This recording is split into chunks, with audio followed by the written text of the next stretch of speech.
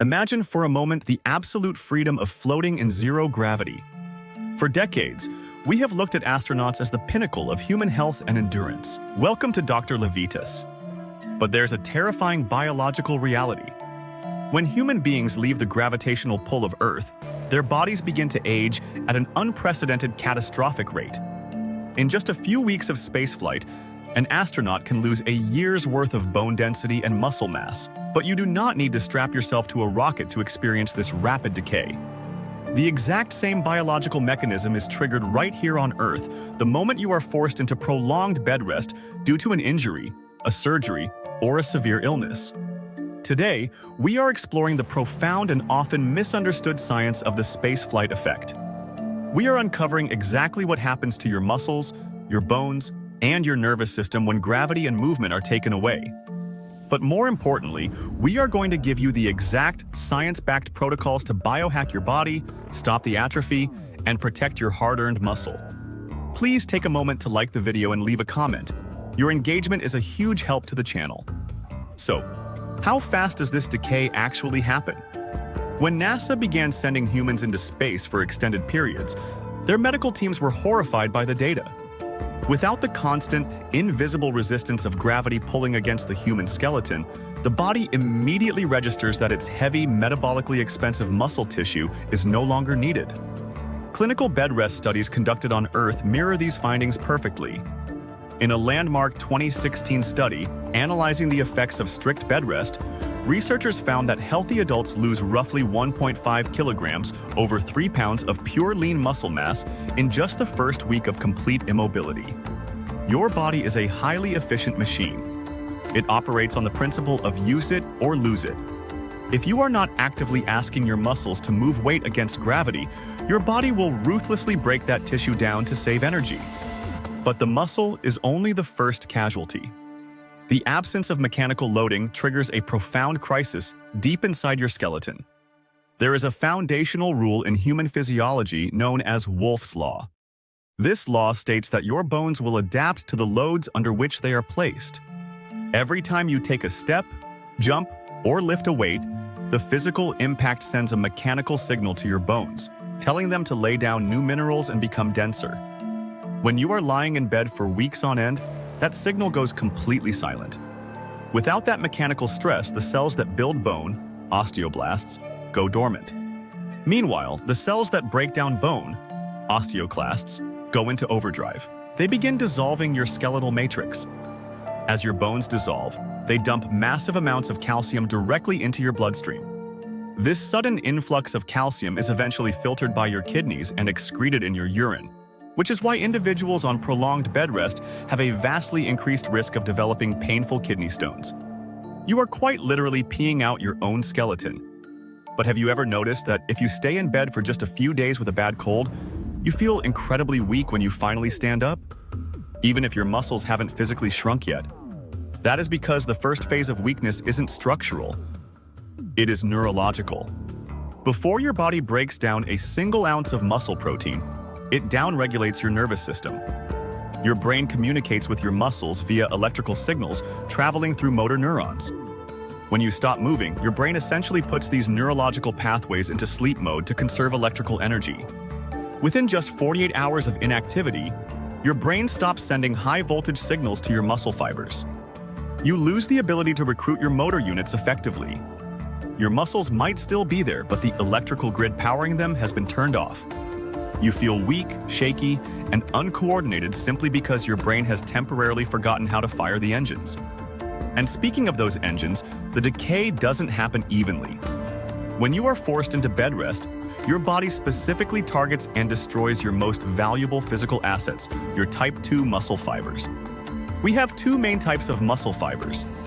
Type 1 fibers are your slow-twitch, endurance fibers. They keep your posture upright and help you walk long distances. Type 2 fibers are your fast-twitch fibers. They are responsible for power, speed, lifting heavy objects, and catching yourself if you trip. Because type 2 fibers are massive and require an enormous amount of calories to maintain, they are the very first things your body sacrifices during inactivity. A 2019 review of disuse atrophy confirmed that type 2 fibers degrade at a significantly faster rate than type 1 fibers during bed rest. This targeted loss of fast-twitch muscle is devastating, particularly as we age, because it is the exact type of muscle we need to prevent dangerous falls and maintain our physical independence.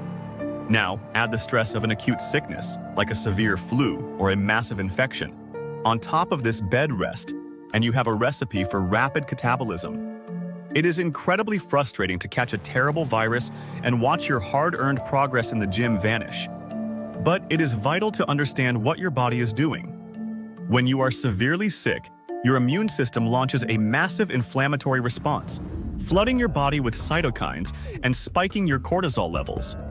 Your immune system requires a massive amount of specific amino acids, particularly glutamine, to multiply white blood cells and fight the infection. Where does it get those amino acids? It strips them directly from your skeletal muscle. Your body literally eats your biceps and your quadriceps to fuel the war against the virus. It is a brilliant survival mechanism, but it leaves you physically depleted. So, what do we do? If we are injured, sick, or recovering from surgery, how do we stop the spaceflight effect? How do we convince the body to keep our muscle and bone when we cannot lift heavy weights? Enter the incredible science of blood flow restriction, or BFR training. Blood flow restriction training is one of the most significant breakthroughs in modern physical rehabilitation. It involves placing a specialized medical tourniquet around the top of a limb, like your arm or your thigh, to safely restrict the venous blood flow returning to the heart, while still allowing arterial blood to enter the muscle. Here is the magic: when you restrict the blood flow and perform exercises with virtually zero weight, even just moving your arm or leg against the air, the muscle is rapidly starved of oxygen. Lactic acid builds up immediately. This profound metabolic stress tricks your brain into thinking you are lifting a massive, incredibly heavy weight. In response to this fake emergency, your pituitary gland releases a surge of human growth hormone, and the muscle fibers are stimulated to grow and repair, completely bypassing the need for heavy mechanical tension. For someone confined to a bed or recovering from a joint surgery, BFR is a biological loophole. It allows you to maintain your muscle mass and prevent neurological downregulation without putting any dangerous stress on your healing joints. But BFR is only the mechanical side of the equation.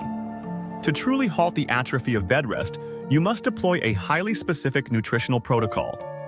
When you are immobilized, your muscles become heavily resistant to the protein you eat. This is known as anabolic resistance. You can eat a chicken breast, but because the muscle isn't moving, the protein doesn't efficiently enter the tissue. To break through this anabolic resistance, you must forcefully trigger the mTOR pathway, the biological switch for muscle preservation. And the key to flipping that switch is one specific essential amino acid, leucine. Clinical nutrition research, including profound studies on aging and bed rest, shows that to overcome disuse atrophy, you need a high threshold of leucine in your bloodstream. If you are forced into a layoff, your protocol should be to consume a minimum of 3 to 4 grams of pure leucine per meal. You can achieve this by eating high-quality animal proteins, or by supplementing with a pure essential amino acid powder that is heavily enriched with leucine. By flooding your bloodstream with leucine, you chemically force the mTOR switch into the on position, loudly signaling to your body, do not break down this tissue. We have the building blocks we need. It acts as a nutritional cast, protecting your muscle while your body heals. Here is the doctor's verdict: enrich the adequate signals. Being sidelined by an injury, an illness, or a surgery can feel incredibly defeating. It is easy to feel like your body is failing you as the days tick by. But I want you to remember that your body is a highly adaptive, miraculous survival machine. It responds to the signals you give it. Even when you are confined to a bed, you are not powerless. By understanding the neurological shifts, by utilizing tools like BFR to safely create metabolic stress, and by deploying targeted amino acids to chemically protect your tissue, you can outsmart the spaceflight effect. You can protect your armor, preserve your strength, and set yourself up for an incredibly powerful, triumphant return to the movements you love. I want to hear from you in the comments below. Have you ever tried blood flow restriction training? Or what is your go-to high leucine meal for recovery? Let's share our healing strategies together. Until next time, stay curious, stay resilient, and take care of your muscle. Watch this video suggestion. It was especially picked for you. Please share, comment, like the video, subscribe, and hit the bell icon. Thank you. It helps a ton with the algorithm. Remain tuned for future videos and keep growing.